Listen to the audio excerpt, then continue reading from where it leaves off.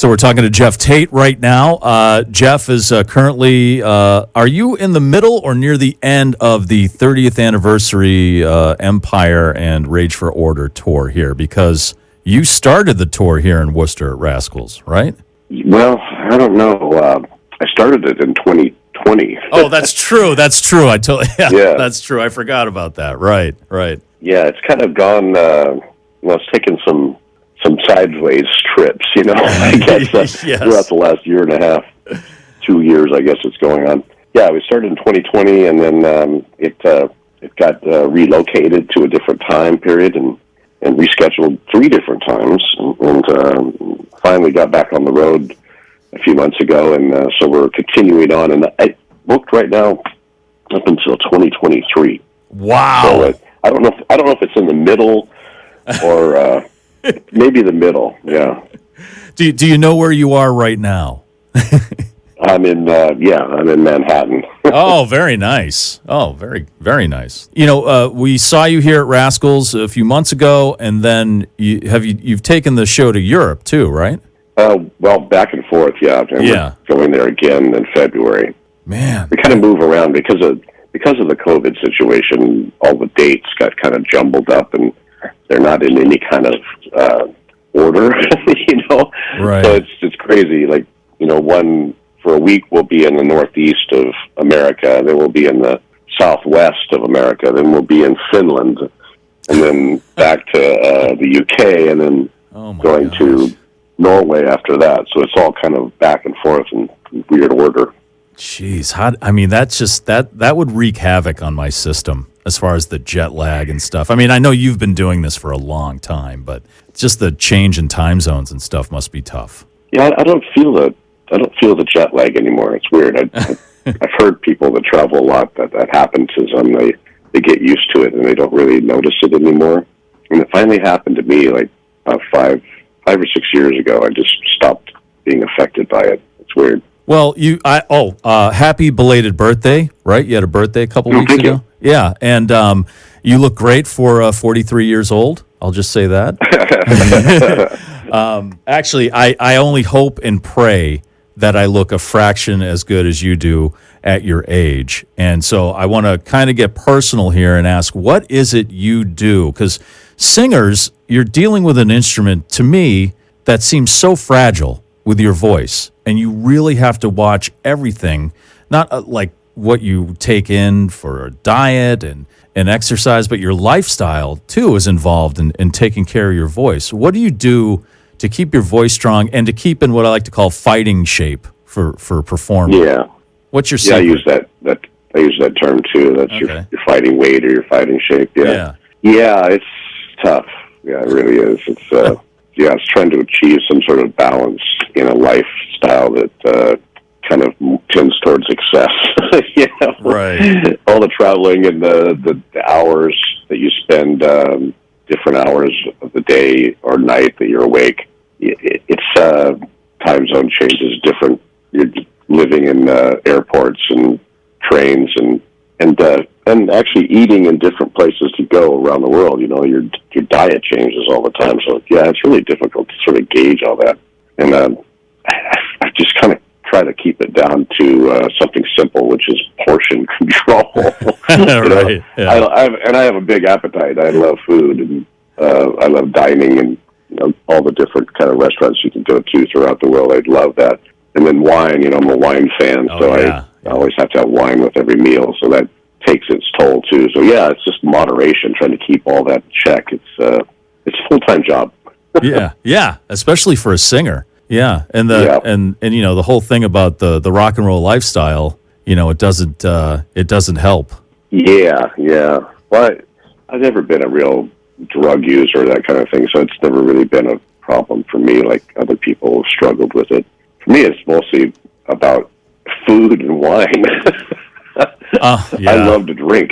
Yeah. I mean, I'm the same way, especially with food. And I've recently lost some weight, and trying to keep it off is just a chore, because it's kind of like a no sugar, no carb, and those, like, really sugars and carbs and stuff like that. It's really part of all the food that makes life worth living, which is tough. Yeah, It really is. It's in everything too. And when you go out and eat at a restaurant, they're not designing their food to be healthy for you. They're designing it to taste good, so you'll want to eat more, right? So they put all the bad stuff in there, that they should keep in check. But that's not what restaurants are about. Yeah. And unfortunately, I travel like 200 plus days a year, and that's where I'm eating at restaurants all the time. So this is the 30th anniversary tour continuing here for Empire, which was Queensryche's most commercially successful album, right? I mean, was that your biggest seller? Safe to say that? Yeah, at the time. I think Operation Mindcrime has now sold more than that. But, okay. Empire at the time was a big commercial hit, yeah. So you guys were coming off of Operation Mindcrime, and which was a big hit and a critical hit, very different for the time, and you're going in to record Empire. Was there some kind of pressure, like, we just did Mindcrime, this full concept album, we kind of have to up our game? Or did you just say, let's just go in and write some songs and try to do it? It was the latter, yeah. Okay. We just decided to, we had this sort of agreement that we would write an album that's like a concept record, a theme album, and then the next one would be a collection of songs album, and we'd switch back and forth as we went. One album would be the concept album, the next would be a collection of songs, and vice versa. So it was our collection of songs turn, and that was Empire, and it was really the idea was just to write, as many songs as we could, and during our time off the road, and that's kind of what we did. It was a good album and a good time. We had a massively successful record company at the time, EMI, which was a global company, huge company, and they really did a wonderful job of selling that record. And so you guys recorded this. Is it at Royal Recorders? Was that the name of the place? We mixed it at Royal Recorders in Lake Geneva, Wisconsin. Oh, okay. And we recorded a lot of it in Vancouver, British Columbia, at a studio there. I think it was called Vancouver Studios at the time. Because I was reading about Royal Recorders. That used to be an old Playboy club. Is that right? Yeah, it was. It was one of Hugh Hefner's places. Did that? I know you were just mixing it there, so I thought you were recording it there. So I was going to ask if there was any kind of a spirit of some old bunnies in there, or if you believe in that kind of thing, where the location of recording kind of works its way into the music. I know Dave Grohl from Foo Fighters, he believes in that. He made a documentary about it, where certain studios and places kind of retain a certain spirit. Is that something you believe in? I think that your surroundings definitely take on energy from the people that were there previously. Recording in Abbey Road in London was one of those places that has a lot of spirit and a lot of energy attached to it. You go in there and you feel something. I don't know. It's hard to define what it is you feel. For me, it's like a energy, like a buzzing kind of feel. And I felt that at Wieselard Studios in Amsterdam as well, and also the studio up in Morin Heights in Quebec, Rush's old studio. Yes. That place was really vibey. You'd walk in there and it's like, oh, I'm buzzing with excitement and energy. I got all these ideas. It's a very inspirational place to be. Now, you had a visit during the mixing sessions, I think, from Alex Lifeson from Rush, right? Yeah, the night Alex came to dinner. Yeah. Alex came to dinner, yeah. Now, he's a wine guy, too, right? I mean, yes, he is, yeah. Yeah, so he must have he enjoys the good life, yes. Right. Yeah. So that must have been pretty cool. Oh, yeah, it was.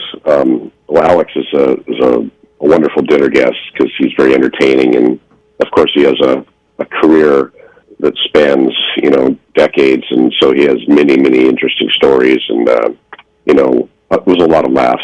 It had a kind of an interesting scenario, though, because he came to dinner, and we had it catered in the studio, and the only place big enough in the studio for us to set up a table and have, proper dinner was in the actual recording room, and it was a a big kind of like, I don't know, it wasn't like a gymnasium size, but it was like a quarter of a gymnasium size, but it was all wood, right? Mm-hmm. And it's very live sounding, right? And as we were eating dinner, it's also very dead sounding, so you could hear everything. Like you could hear people chewing their food and the scraping of the silverware across the china. You know, it was irritating. It was bothering everybody. So we had our studio technicians bring in speakers and put them in the room, and then we pumped music in to the room to have some background noise while we were eating because we were all getting freaked out. Oh my God! You had to produce your dinner, right? Exactly. Oh, that's weird. Oh, that's really strange. Yeah, it was weird. It was weird. One thing I wanted to ask about that time during the success with Empire, you guys went on I guess it was your longest tour, and it was your first headlining tour. Is that correct? Mm-hmm. So this is your first like really big arena tour going on. I saw that tour in, I believe it was Richmond, Virginia, with Suicidal Tendencies, which was a great show. Mm-hmm. Is that because when you guys are experiencing huge success, or anyone really, were things starting to change in the band? Like, were people starting to kind of act differently because of the success that was happening at that time? No, not really. Not in our band. Not so much. It was just a very busy time, you know, where there was just a lot going on all the time, and we were touring so much. And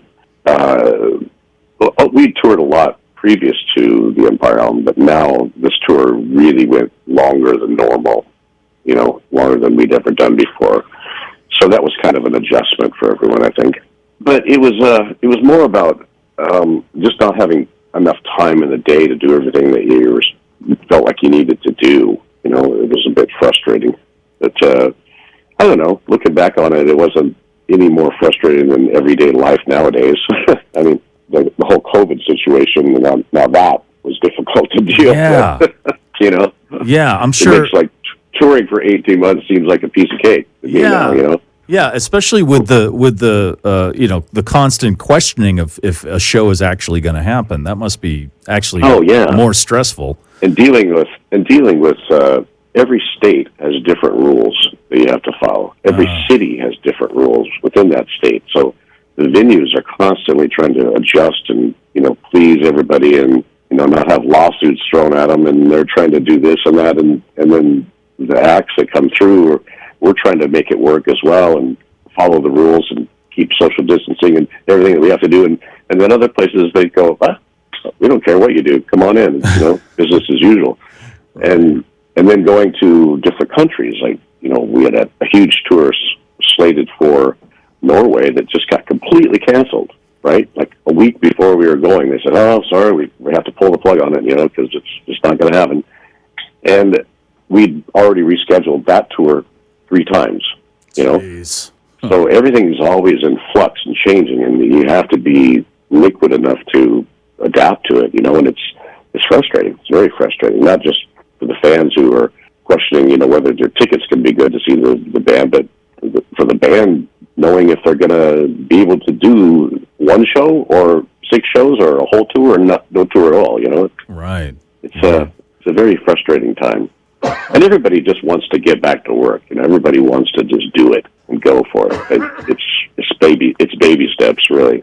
Yeah. I mean, I remember when they were saying, "Oh, this will be 2 weeks and it'll pass," you know, and it's. I remember being in the North Pole in 2020. We just were turning into 2020 there, and my wife and I went up to the North Pole on a couple of days off on our tour. And we were staying at a hotel up there, and we were partying with these Chinese people who were telling us they just fled the country because they were trying to get away from this horrible disease that was going on. And I remember saying, what kind of disease? What's it called? And they were saying, it's called the coronavirus. And we were laughing and, you know, making jokes about corona and having some lime with that corona, you know, that kind of thing. Yeah, right. Yeah. God. Yeah. And then, you know, 2 weeks later, my whole band comes down with the illness that's so bad that none of us can walk, you know. And I'm thinking, God, is this what happened? You know, did I catch COVID from these Chinese tourists at the North Pole? Yeah. Well, stranger things have happened. Yeah, I mean, I very few people could say that they caught COVID at the North Pole. I mean, very few people can say, "Oh, my wife and I went to the North Pole when we had a few days off." I thought you were going to talk about a club or some kind of hotel that was called the North Pole, but you were actually at the North Pole. Yeah, we went up to the North Pole to do some dog sled riding. Oh, that's awesome. And, yeah, it was. It was really fun. Actually, it was a great time and highly recommend it. I know you're an avid hiker. Yeah. What's probably the hike that's really impressed you the most? The one that's really moved you the most? Well, I hike all the time. My wife and I, that's our thing, our sport, right? And so we go on long hikes. We go when we're on tour. It's really great because we hike just about everywhere we go. And we've been on the Appalachian Trail, the Pacific Crest Trail. We've done the 500-mile Camino de Santiago route across the Pyrenees Mountains in southern France into Spain. Next month, April, we're doing a hike through, now I can't remember the mountain range, it's escaping me, but it's on the coast of Italy, because we're going to be there touring, and my wife has arranged this amazing trek through the mountains there. So I'm looking forward to that. I'm doing the Machu Picchu run through Peru this summer. I'm really looking forward to that. That's amazing. You're at this. You head up this rock band. You're a winemaker. You just hop over to the North Pole. I mean, you're hiking through the Pyrenees. Geoff Tate just may be the most interesting man in the world. Screw that Dos Equis guy. I don't know about that. You're the man, right? But he's got some. I don't know about that, but he's got some pretty beat up feet. I'll tell you that. Oh yeah, yeah. Well, Geoff, thank you so much for taking the time, and we're looking forward to seeing you at Rascal's tomorrow, and the band, and we'll see you there Friday night. Well, thank you for the airtime, Mike. I appreciate it, and everybody take care, stay healthy, see you, and get ready to rock.